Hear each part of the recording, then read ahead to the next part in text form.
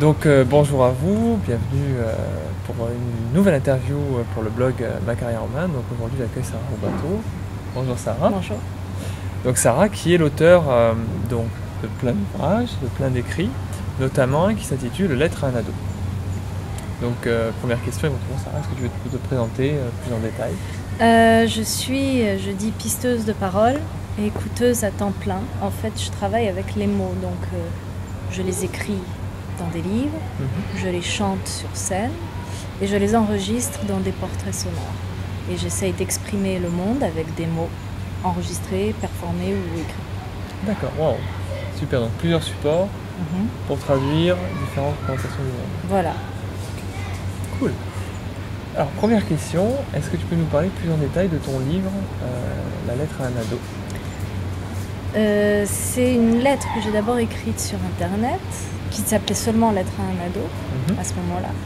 Et elle s'est appelée Trouve le verbe de ta vie de plus en plus parce qu'apparemment elle n'a pas parlé que à des ados. C'est une lettre que j'ai écrite, j'avais rencontré des ados dans des ateliers, dans des écoles, dans des lycées. Et puis j'avais vu des choses, entendu des choses, j'avais eu pas mal de frustration. J'ai voulu écrire cette lettre, qui est une lettre où je propose à un ado fictif de projeter son avenir en pensant au verbe de sa vie, en trouvant le verbe. D'accord, donc pas le métier. Pas le métier, voilà, plutôt que le métier, essayer de trouver le verbe. D'accord, et quelle différence ça fait? On nous dit qu'il faut, le parcours qu'on nous donne, c'est il y a une ligne droite et il faut trouver un métier, une fonction, et puis il faut l'atteindre.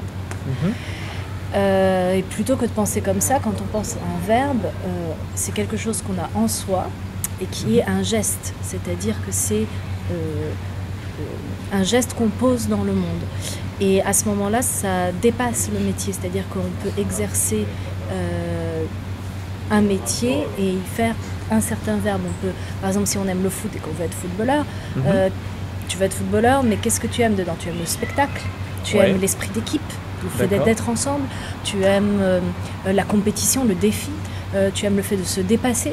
Si par exemple c'est plutôt se dépasser, souvent c'est beaucoup de choses ensemble, mais on peut aussi dédramatiser le fait de ne pas arriver à un métier précis et se dire en fait ce qui m'intéresse là-dedans c'est me dépasser, mais en fait je peux me dépasser ailleurs, je peux avoir l'esprit d'équipe ailleurs, etc. Donc le verbe, ça permet de pouvoir envisager plusieurs métiers et ça permet surtout de partir de soi et non pas de quelque chose qui est déjà là et qu'on attend. Donc donc si je résume quelque part, on va avoir le fait de partir de nous et non pas de l'existant, le fait de réfléchir à tout ce qui est verbe d'action, tout ce qui est environnement de travail qui nous attire, et après de chercher à tendre vers ça. Et tu avais aussi soulevé la question de la finalité, Sarah. Oui, parce qu'en fait, moi, cette idée-là, elle m'est venue entre autres par les portraits que je fais. Je fais des portraits de gens qui inventent d'autres manières de faire. Alors boulanger, boxeur, paysan, metteur en scène, sculpteur, des gens très différents. D'accord. Et je me suis rendu compte en faisant ces portraits que ce qui importait n'était pas du tout leur métier, mais ce qu'ils y faisaient. C'est-à-dire que ils ont une manière de chercher à travers leur pratique quelque chose. Voilà, je rencontre une éleveuse de chevaux qui, elle, en fait, elle aime réparer. Donc elle prend des chevaux qui ont été maltraités. Mais en fait, si elle n'avait pas fait ça avec les chevaux, elle aurait fait ça ailleurs. C'est ça son truc, c'est pas les chevaux, c'est le fait de réparer. Ou le fait d'aider pour certains, ou le fait de créer. Voilà. Et donc, je me suis rendu compte de ça. Il y avait Cécile, la sculpteur, qui avait dit « Si je trouve le bon geste dans ma vie, c'est que je suis à ma bonne place ». Elle avait utilisé le mot « geste ».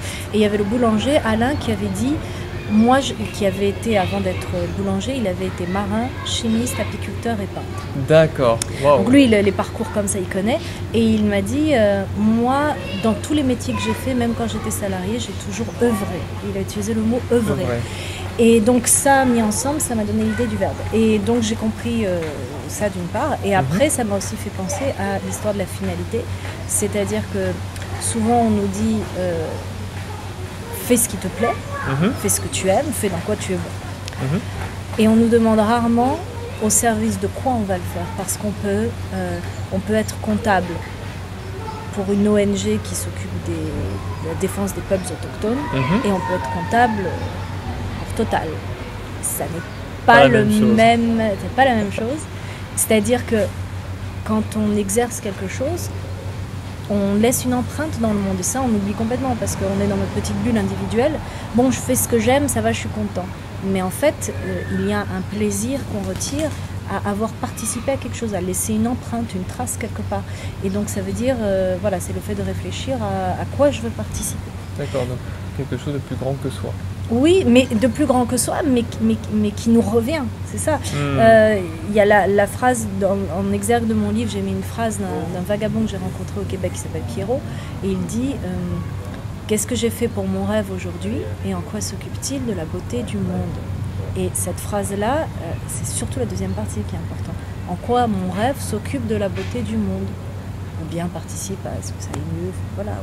Des valeurs parce que souvent ce qui arrive, c'est que des gens ont des métiers dans lesquels ils sont compétents, ils sont bons, ils ont la satisfaction personnelle, et souvent ça arrive que à moyen long terme ils se rendent compte qu'ils participent à quelque chose qui va même à l'encontre de leurs propres valeurs. Ça peut arriver. D'accord. Ça peut arriver.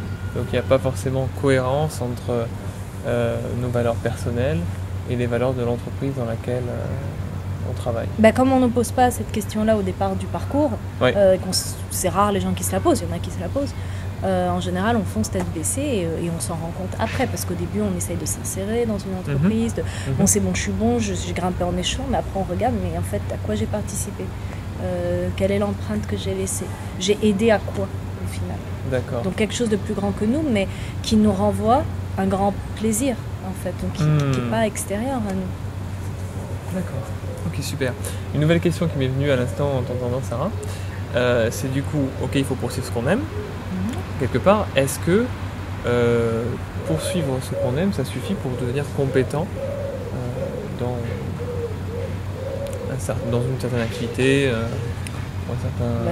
Non, clairement pas. J'ai déjà rencontré des gens qui me disaient aimer, par exemple, l'écriture ou la peinture, mais comment dire, on peut aimer parce qu'on y a du plaisir, et c'est une activité qu'on appelle un hobby, ou quelque chose qui nous fait du bien. D'accord. C'est autre chose quand on est habité par quelque chose qui quelque part nous dépasse, par un besoin. Et un besoin, c'est pas forcément toujours agréable, c'est-à-dire qu'on sent une nécessité. Bon, par exemple, moi, c'est écrire, il y en a d'autres, c'est danser, il y en a d'autres, ça pourrait faire du sport. Et c'est pas tous les jours agréable en fait, mais c'est un peu différent de juste se dire j'aime bien faire ça. Quand on a une activité qui va devenir celle de toute une vie, ça veut dire qu'on va un peu, pas la prostituer, mais on va un peu la salir par le quotidien, par le fait qu'il faut gagner sa vie avec, par le fait qu'il faut la faire d'une manière parfois où on fait des compromis pour essayer de la mettre dans le monde. Alors c'est tout différent de quand on est seul chez soi, et puis pour le plaisir, on fait, je sais pas, une toile, ou on écrit, et là, on n'a aucune règle et aucune obligation. D'accord. Donc, je pense que ce qu'on appelle j'aime, c'est pas suffisant. C'est pas suffisant de se dire j'aime ça. Il faut que ce soit quelque chose dans lequel on se sent exister pleinement. Il y a des moments où on se sent en harmonie totale avec un lieu, avec un moment, ça peut être des choses toutes bêtes en plus. C'est-à-dire qu'il y a des ados que j'ai rencontrés qui ne savaient pas, et je me dis mais à quel moment tu te sens vraiment en harmonie? Puis ça peut être quand je me balade au parc, ou ça peut être quand je joue avec ma petite sœur. Et là on gratte, qu'est-ce qu'il y a avec jouer avec ta petite sœur? C'est le jeu, c'est l'enfant, c'est le délire, c'est sortir du monde adulte, c'est l'imaginaire, et là on trouve... On commence à gratter. Ouais. D'accord. Donc c'est quelque chose de beaucoup plus profond que ça me fait d'aimer faire quelque chose. Et c'est vraiment là où on perd la notion du temps et où on est pleinement soi, si je comprends bien. Oui, on est en harmonie, je sais pas, c'est une espèce d'harmonie entre justement l'individu qu'on est, la petite bulle, moi, le petit cercle là, et le monde. Et on se dit, mais tout le monde, j'espère que tout le monde a expérimenté ça. Il y en a qui le ressentent quand ils sont dans un paysage, où on se sent en harmonie avec le monde, à sa place dans le moment en fait. Et après, le mot j'aime, il est assez galvaudé aujourd'hui. Tu sais, on clique j'aime pas. Assez facilement. On a en plus, on ne faut pas oublier, on est quand même une société de consommation. Donc si aimer, c'est juste le plaisir d'avoir et de lâcher. D'accord, plaisir éphémère. Plaisir éphémère, et puis oui. D'accord, donc là c'est vraiment un plaisir qui est constant, si on comprend bien, qu'on peut retrouver tout au long de sa vie. Ouais. Et c'est un plaisir qui nous fait nous sentir à notre place et quelque part complet. Et complet, ouais, surtout et complet. Ouais. D'accord, super intéressant. Et du coup, nouvelle question, est-ce que c'est possible, Sarah, de faire ce qu'on aime, ou du moins ce qui nous transporte, de trouver cette harmonie aujourd'hui dans le monde dans lequel on vit? Et si oui, comment? C'est possible d'essayer en tout cas. C'est possible d'essayer. Je pense qu'il y a plus de possibles qu'on croit. Ouais. Parce que on est dans un monde où le marché du travail change, où je pense que c'était 80% des métiers de 2030 n'existent pas encore. Donc quand on entend ça, on se dit waouh, il y a tout à inventer. Ouais. C'est plutôt bien, c'est plutôt une bonne nouvelle. C'est possible en autant qu'on se débarrasse des barrières qui nous empêchent, qui empêchent les gens d'aller fouiller là où ils aiment, justement. D'accord. Et ces barrières, c'est d'abord le regard des autres, souvent de l'entourage, l'obsession de la sécurité financière,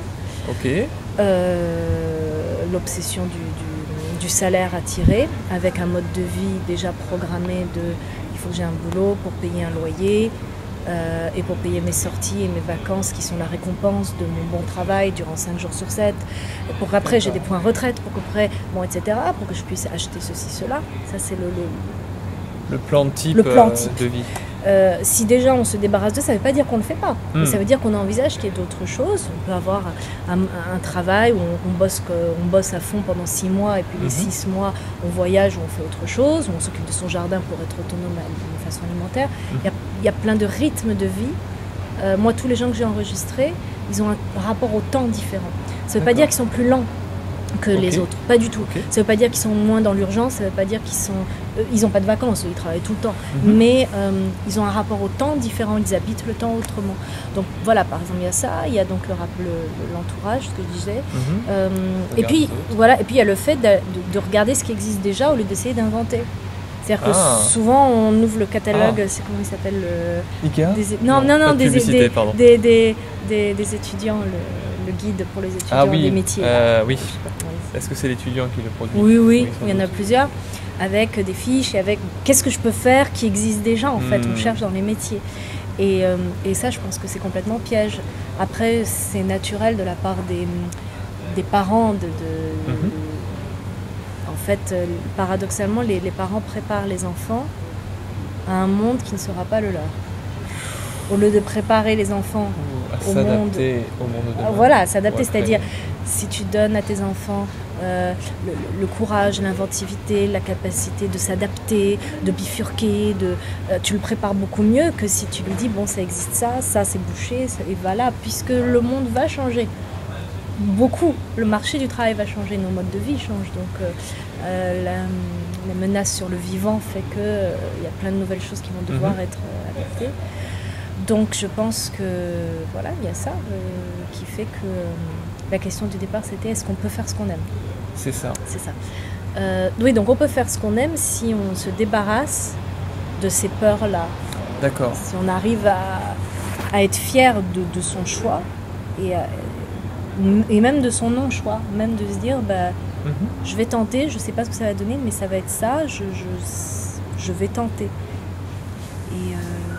Et sans doute aussi d'aller voir ailleurs, d'aller voir autrement comment ça se passe ailleurs. D'accord. Donc si je comprends bien, il faut sortir de toutes les normes sociales, il faut faire ci, il faut faire ça, un boulot bien payé, une maison, une femme, des enfants, etc. Il faut s'affranchir également du regard des autres. Il faut aussi plus se mettre dans l'idée de créer que d'essayer d'entrer dans une case qui existe déjà, et également aller voir ailleurs pour découvrir d'autres façons de penser. Oui, à ceci près que je ne dis pas qu'il ne faut pas avoir le modèle, la maison, la femme, les enfants et tout ça. Simplement, c'est pas le seul. C'est juste ça. Il faut simplement accepter que si c'est quelque chose qui correspond aux gens, c'est très bien. Mais quand on dit faire ce que j'aime, La question, c'est déjà comment faire ce que j'aime. C'est-à-dire, je le dis dans la lettre, est-ce que tu veux être sédentaire ou est-ce que tu veux bouger? Est-ce que tu veux travailler à l'intérieur ou à l'extérieur? Est-ce que tu veux des horaires fixes ou irréguliers? Déjà ça, c'est énorme comme choix. Peut-être tu sais pas ce que tu vas faire, mais tu sais que moi je peux pas avoir un mode de vie minuté, réglé. Ou alors au contraire, moi j'ai besoin d'une routine et de quelque chose de régulier pour pouvoir créer tout ça. Ça c'est important. Et ça c'est ce qui va faire qu'une activité qui à la base peut-être te plaisait, si tu le fais d'une mauvaise manière, ça va plus te plaire. Peut-être que l'activité en soi elle te plaît, mais si tu l'as fait d'une manière parce que tu es derrière un bureau toute la journée et que finalement tu préfères être dehors ou l'inverse, ou peut-être que est-ce que tu préfères être seul ou travailler en équipe? Ça aussi, ça peut te bousiller, pas une vocation, mais un intérêt, si d'un coup tu te rends compte que finalement le travail en équipe, c'est pas ton truc, tu préfères travailler seul. Donc c'est tous les comment en fait. Il faut plus interroger, je pense, les comment que le quoi. Ok. Enfin, ça aide. D'accord. Ok. Ok. Très bien, donc on a vu comment trouver ce que l'on aime, on a vu qu'il était possible d'essayer de faire ce que l'on aime en étant dans la création et en partant de la possibilité qu'il existe d'autres modèles, d'aller se renseigner auprès d'autres personnes qui existent. Oui, et puis si je complète, c'est qu'en fait, quand on dit créer, inventer, on peut avoir des envies de... moi j'aime voyager, mais j'ai envie d'aider les gens, par exemple. Bon, alors, avec ces deux verbes, finalement, essayer de trouver des combinaisons. Mais il se trouve que je suis bon j'adore le clown. J'ai toujours été fascinée par le clown, je sais pas pourquoi, par exemple. Mais pourquoi tu n'inventes pas un truc où tu serais un clown itinérant, voyageur, qui va à travers les pays, dans, je sais pas moi, des écoles pour les enfants handicapés, je dis n'importe quoi, tu vois. Et à ce moment-là, tu arrives à combiner et tu fais quelque chose surtout que personne ne fait. Donc, si tu te débrouilles pour bien te vendre, il n'y a personne qui fait ça. Il n'y a personne qui fait ça. Si tu aimes le maquillage, mais bon, être maquilleur ou maquilleuse pour les plateaux télé ou pour les troupes de théâtre, ça t'aime pas trop, mais t'adores ça, t'as été formé là-dedans même et t'es bon en maquillage. Mais en même temps, t'aimes bien rencontrer les gens et les mettre ensemble, puis t'aimes bien la bonne bouffe. Pourquoi t'ouvres pas un lieu, un restaurant ou un petit lieu où les gens viendraient salon de thé, où ils se font maquiller? Moi, j'ai rencontré une fille à Marseille qui était dans la coiffure, qui a fait ça comme job alimentaire, mais elle avait toujours été fascinée par l'art. Et elle a arrêté la coiffure parce qu'elle n'en pouvait plus, justement des conditions dans lesquelles c'était. D'accord, c'était... et puis elle s'est donné 2 ans pour réfléchir.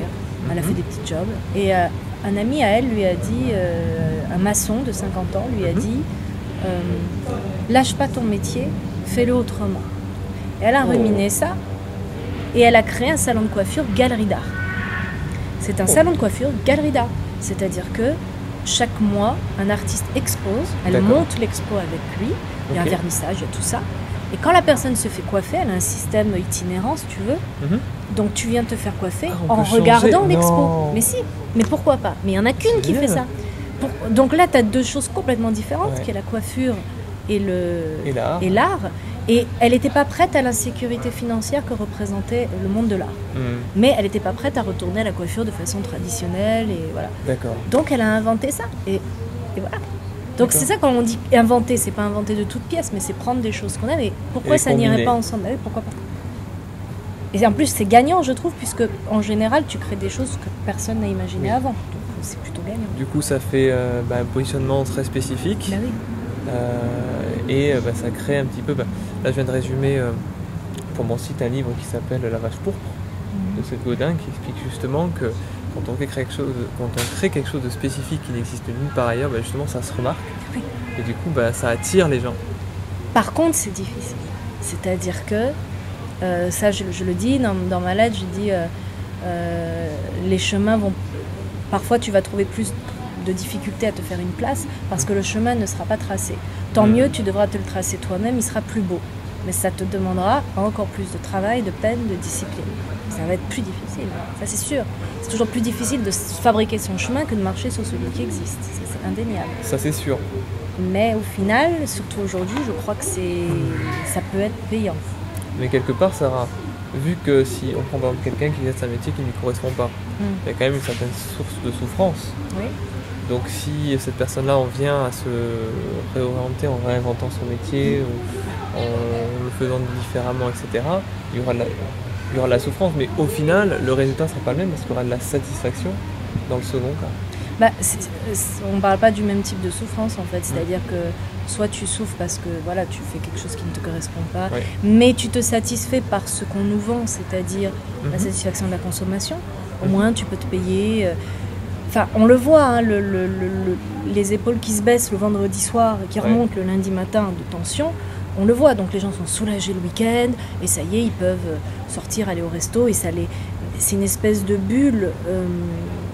Même en vacances, tu vois, même les gens partir en vacances, il y en a qui savent profiter pleinement de leurs vacances, mais il y en a beaucoup qui ont à peine le temps de sortir la tête hors de l'eau, qui doivent déjà replonger. Et donc je ne sais pas si c'est très sain comme mode de vie, est-ce que ce ne serait pas plus sain? Peut-être, moi les gens que j'ai rencontrés, quand je fais les portraits, ils n'ont jamais de vacances, jamais, ils n'ont pas de vacances. Mais dans leur quotidien, ils ont des moments, le boulanger, il peut recevoir un client et parler 2 heures avec le client autour d'un café près de son poêle. Est-ce que c'est pas l'un ou l'autre, mais ça se peut, voilà, d'être comme ça. Donc après, au niveau de quand tu fais ton propre chemin, tu as la souffrance de savoir est-ce que le monde va accepter ce que tu proposes. Au moins, elle est mise au service de quelque chose dans lequel tu crois, et ça ne veut pas dire que tu vas forcément arriver, mais je pense qu'on se sent plus en paix avec ce qu'on fait, même si on galère. Donc, on est plus à l'écoute de ce dont on a besoin. Au lieu de s'anesthésier et de se dire, bon, quand même, il y a aussi le regard des autres, mais quand même, tu as un travail, tu as un toit, regarde, tu t'as acheté une voiture, regarde, tu as un prêt à la banque, regarde. Et après, on s'étonne de voir des gens exploser, soi-disant pour rien, des burn-out ou des dépressions ou des choses. Ouais. D'accord, ça revient vraiment à apprendre à se connaître et à faire en sorte de faire quelque chose qui nous corresponde et qui nous fasse nous sentir à notre place. Bah, l'idée, c'est qu'on a, à moins de croire à la réincarnation, ce qui est possible, c'est l'idée de se dire qu'on n'a qu'une vie. Je vois pas pourquoi on nous la confisquerait. Je vois aucune raison en fait légitime. Ok, donc Sarah, si tu devais donner un conseil, soit à quelqu'un qui réfléchit à son orientation, soit à quelqu'un qui cherche un emploi, soit quelqu'un qui est déjà en poste mais qui a envie de changer, qu'est-ce que tu aurais envie de donner comme conseil? Il y en aurait peut-être 2 simultanément, ce serait de se donner le temps, de fouiller, d'explorer, de ne pas savoir et de se tromper, tout ça ensemble. C'est-à-dire, souvent les gens attendent se disent bon, je vais pas lâcher ça tant que je sais pas où je vais. C'est pas dans ce sens-là que ça marche, c'est le contraire. C'est d'abord se laisser le temps de décanter, de relâcher les parasites qu'on a, de s'écouter, d'être attentif à soi. Donc c'est un moment d'incertitude et d'inefficacité. Et on est dans une société où on refuse l'inefficacité. Donc s'autoriser ça. Je prends, comme cette coiffeuse dont je parlais, elle s'est quand même donné 2 ans.